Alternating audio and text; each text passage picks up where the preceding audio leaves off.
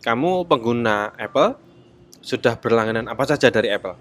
Apple Music, Apple TV, Apple Fitness, atau yang lain? Sebulan habis berapa? Nah, kalau kamu sudah berlangganan, kamu harus memaksimalkan fitur-fitur yang ada di aplikasi tersebut, seperti latihan kickboxing yang kini tersedia di Apple Fitness.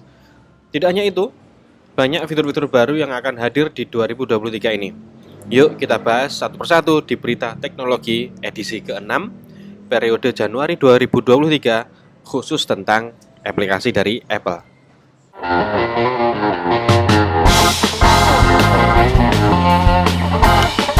Assalamualaikum teman-teman, selamat datang di channel saya. Dan di video kali ini saya akan membahas aplikasi-aplikasi yang akan hadir dan sudah hadir di 2023. Nah teman-teman, mungkin agak beda ya suasananya karena saya bikin video ini di Senewen Time ya, ada di dekat Masjid Agung Surabaya. Teman-teman bisa kesini, ini ada fasilitas baru. Ini di belakang saya ini enak buat santai-santai sambil mengerjakan sesuatu. Baik, berita yang pertama, AI narasi audiobooks kini tersedia di Apple Books. Maksudnya begini teman-teman, ya kan sekarang banyak iklan-iklan tuh audiobooks ya, mengkonversi buku menjadi audio.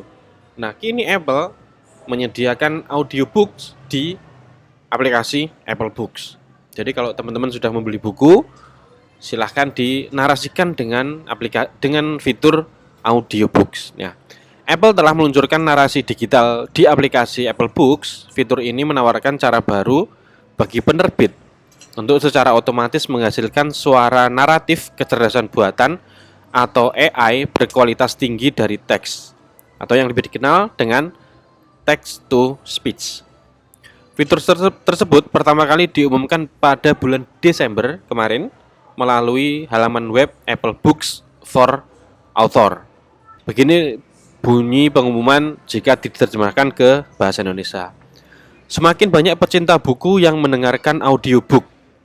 Namun hanya sebagian kecil dari buku yang diubah menjadi audiobook, meninggalkan jutaan judul yang tidak terdengar. Banyak penulis, terutama penulis independen yang telah terkait dengan penerbit kecil, tidak dapat membuat audiobook karena biaya yang mahal dan kerumitan produksi. Narasi digital Apple Books membuat pembuatan audiobook lebih mudah diakses oleh semua orang, membantu Anda memenuhi permintaan yang terus meningkat dalam menyediakan lebih banyak audiobook untuk dinikmati pendengar.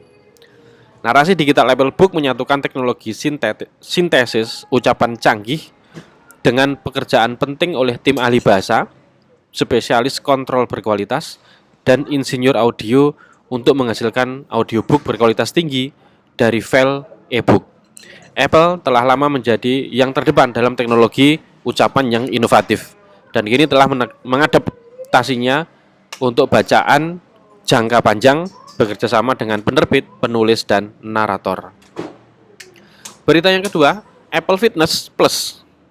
Kini ada latihan kickboxing, sleep meditation, dan masih banyak lagi.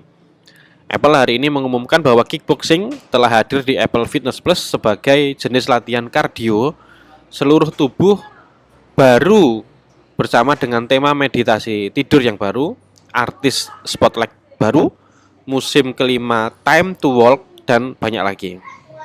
Apple mengatakan bahwa latihan kickboxing dapat membantu membangun kebugaran seluruh tubuh, kekuatan, stamina, koordinasi, dan keseimbangan. Setiap latihan akan melibatkan putaran gerakan yang berbeda, diikuti dengan putaran terakhir yang menggabungkan gerakan sebelumnya. Tidak diperlukan peralatan, dan latihan akan berlangsung selama 10, 20, atau 30 menit. Ini akan dipimpin oleh Jamie Ray, Hartshorn, dan Nash Daly, pelatih baru yang bergabung dengan tim Fitness Plus. Kickboxing akan diluncurkan di platform mulai Senin 9 Januari. Jadi sudah ya, bisa teman-teman lihat.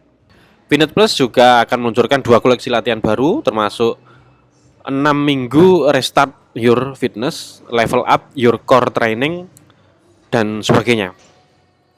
Berita ketiga, iOS 17 dikabarkan memiliki lebih sedikit perubahan besar dari rencana awal. Ya, ini karena Apple fokus untuk meluncurkan headset barunya, yaitu augmented reality. iOS 17 pembaruan besar berikutnya untuk iPhone bisa menjadi pembaruan yang kurang signifikan daripada yang awalnya diharapkan Apple karena perusahaan dan para insinyurnya lebih fokus pada headset augmented reality. Apple telah mengerjakan headset ini, ya, sistem operasi yang menyertainya, XROS, selama beberapa tahun dengan peluncuran headset yang sekarang diharapkan 2023 ini. Nah, iOS 14 diumumkan tahun 2020. iOS 16 Juni tahun lalu adalah dua pembaruan signifikan, menghadirkan widget yang didesain ulang ke layar utama iPhone, perpustakaan aplikasi, fitur baru di aplikasi stok seperti Maps dan Safari, layar kunci yang didesain ulang, dan banyak lagi. Nah, untuk iOS 17, teman-teman tidak bisa berharap banyak ada kejutan yang wow, ya. Apalagi kemarin sudah ada Dynamic Island, ya. Kalau tahun ini ada yang wow lagi kayaknya nggak mungkin, ya. Itu termasuk juga untuk iPadOS, macOS 14 dan watchOS 10 yang akan diumumkan di WWDC pada bulan Juni mendatang. Berita keempat, Apple Maps meluncurkan fitur parkir baru di AS dan Kanada. Ya, banyak sekali fitur-fitur atau aplikasi yang Apple miliki tapi tidak bisa dinikmati di Indonesia. Ya, salah satunya itu ya Apple Card, itu sudah berapa tahun ya sudah diluncurkan di Amerika tapi tidak kunjung diluncurkan di internasional. Ya, bekerja sama dengan platform parkir Spot Hero, Apple Maps kini menyediakan informasi parkir untuk lebih dari 8.000 lokasi di Amerika dan Kanada. Ketersediaan parkir dapat difilter berdasarkan pengisian daya electronic vehicle, ya, mobil listrik, aksesibilitas untuk kursi roda, dan lainnya. Di iPhone, pengguna dapat membuka aplikasi Apple Maps dan mencari tujuan populer seperti Madison Square di New York atau Scotiabank Arena di Toronto, kemudian ketuk tombol lainnya di kart tempat, ya, ketuk opsi parkir, kemudian di menu dan lanjutkan untuk mencari dan memesan tempat parkir terdekat di situs web Spot Hero tanpa meninggalkan Apple Maps, ya. Spot Hero mengatakan fitur tersebut juga akan tersedia di Mac. Pada tahun 2019, Apple mulai meluncurkan aplikasi peta yang diperbarui dengan lebih detail, navigasi yang lebih baik, dan model 3G. Itu dia beberapa fitur dan aplikasi baru yang ada di iPhone, iPad, macOS, dan lain sebagainya.